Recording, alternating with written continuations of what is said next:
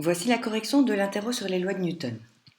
Donc première question, on vous demande de déterminer l'accélération de cet objet qui est tiré obliquement si on néglige les forces de frottement. Donc pour pouvoir déterminer l'accélération de l'objet, ce qu'il faut trouver, c'est la somme des forces qui agissent sur cet objet. Alors déjà, vous remarquez que j'ai tracé en pointillé les deux directions horizontales et verticales qui pourraient nous permettre de décomposer la force de 0,2 Newton. Donc je peux décomposer cette force en une force horizontale, FH, et une force verticale, FV. Alors maintenant, j'ajoute toutes les autres forces qui agissent sur l'objet. Donc la réaction du sol, le poids de l'objet. Alors ici, je n'ai absolument pas respecté les échelles, donc la longueur des flèches n'a pas d'importance. Vous voyez juste les directions. Alors, comme on sait que l'objet, il va simplement bouger horizontalement, eh bien, on sait que toutes les forces verticales vont s'annuler. Donc R sol, FV et G vont toutes s'annuler. Maintenant, la seule force qui reste au niveau de la résultante, eh bien, c'est FH, c'est la seule force qui n'est pas annulée. Donc, la somme des forces, c'est FH. Donc, on peut dire que la somme des forces égale MA, donc FH égale MA. Alors, FH, je dois la calculer parce que je connais la force de 0,2 Newton, mais il faut que je regarde quelle est sa composante horizontale. Donc, comme j'ai un triangle rectangle, je vais utiliser SOHCAHTOA pour déterminer FH. Vous voyez que FH, c'est le côté adjacent au 20 degrés, donc j'utilise le cosinus. Donc, FH est égal à F fois le cosinus de 20 degrés. Donc, c'est égal à 0,2 fois le cosinus de 20 degrés. J'ai une force FH qui vaut 0,188 newtons. Alors, une fois que j'ai cette force, je peux calculer l'accélération, puisque comme FH égale MA, A égale FH sur M. Donc A égale FH sur M égale 0,188 sur 0,3 et je trouve une accélération de 0,626 mètres par seconde carré. Et l'accélération, forcément, elle sera dans le sens de FH vers la droite. Alors, deuxième exercice. Lors d'une parade, un char de 8000 kg est tiré par un camion. Sachant qu'il existe une force de frottement de 1000 N dans les roulements du char, quelle force motrice devra déployer le camion pour accélérer le char à 0,3 mètres par seconde carré? Donc je vais noter toutes mes données, donc je représentais ici le char par une espèce de caravane, et puis toutes mes données. Masse, 8000 kg, force de frottement 1000 N, accélération 0,3 mètres par seconde carré, et je cherche la force motrice. Comme d'habitude, je représente toutes mes forces. Force motrice vers l'avant, réaction du sol vers le haut, force de frottement vers l'arrière, et le poids vers le bas. Alors, je sais que R sol et G vont s'annuler. Donc ici, les deux seules forces qui vont entrer en jeu, c'est la force motrice et la force de frottement. Alors ces deux forces n'auront pas la même longueur, donc elles ne vont pas s'annuler. Pourquoi? Parce qu'on sait que le char, il va accélérer vers la droite. Donc on sait d'office que la force motrice est plus grande que la force de frottement. Donc en gros, la somme des forces, c'est la force motrice moins la force de frottement, et ce sera égal à MA. Alors, ça me permet de calculer la force motrice, parce que force motrice moins 1000 égale MA, donc 8000 kg fois 0,3.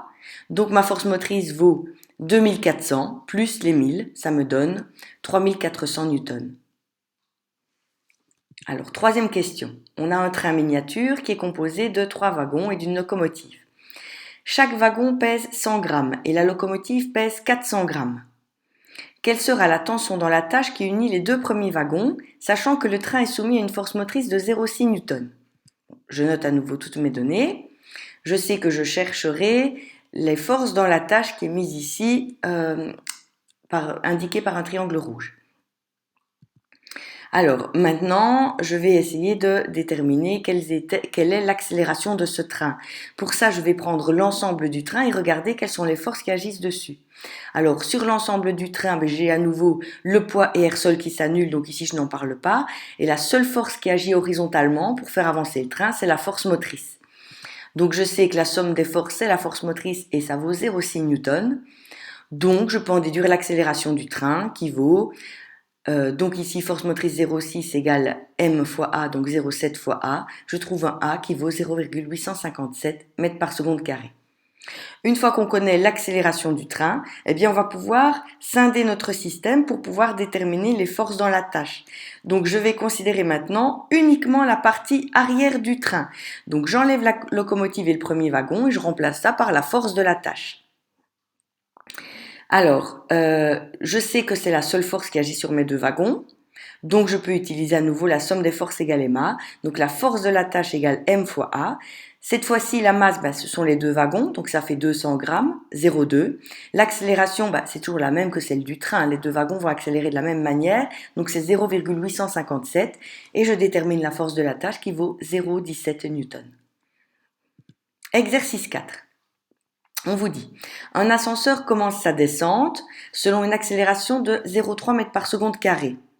À ce moment-là, la tension dans le câble de l'ascenseur doit être déterminée et on sait que les occupants ont une masse de 1700 kg avec la cabine de l'ascenseur. Donc je représente les forces qui agissent sur mon ascenseur, donc le poids vers le bas et le câble vers le haut. Comme je sais que l'ascenseur il accélère vers le bas, d'office je sais que la force G est plus grande que la tension dans le câble. Donc la résultante de mes forces correspondra à quoi? À G moins la tension dans le câble. Alors, comme je sais que la somme des forces égale ma, force totale égale ma, égale 1700, la masse de l'ensemble, fois l'accélération de 0,3, ça fait 510.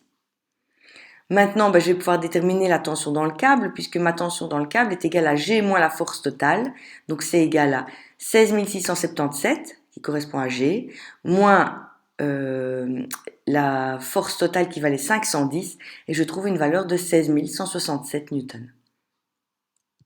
Exercice 4, on me dit, une balle de 50 grammes est lancée verticalement vers le haut et atteint une hauteur de 60 mètres.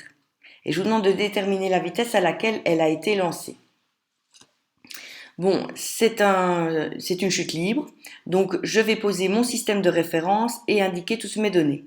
Donc ici, j'ai mon système de référence, je vais le mettre, ici j'ai mis donc le niveau 0 au sol et le système est positif vers le haut.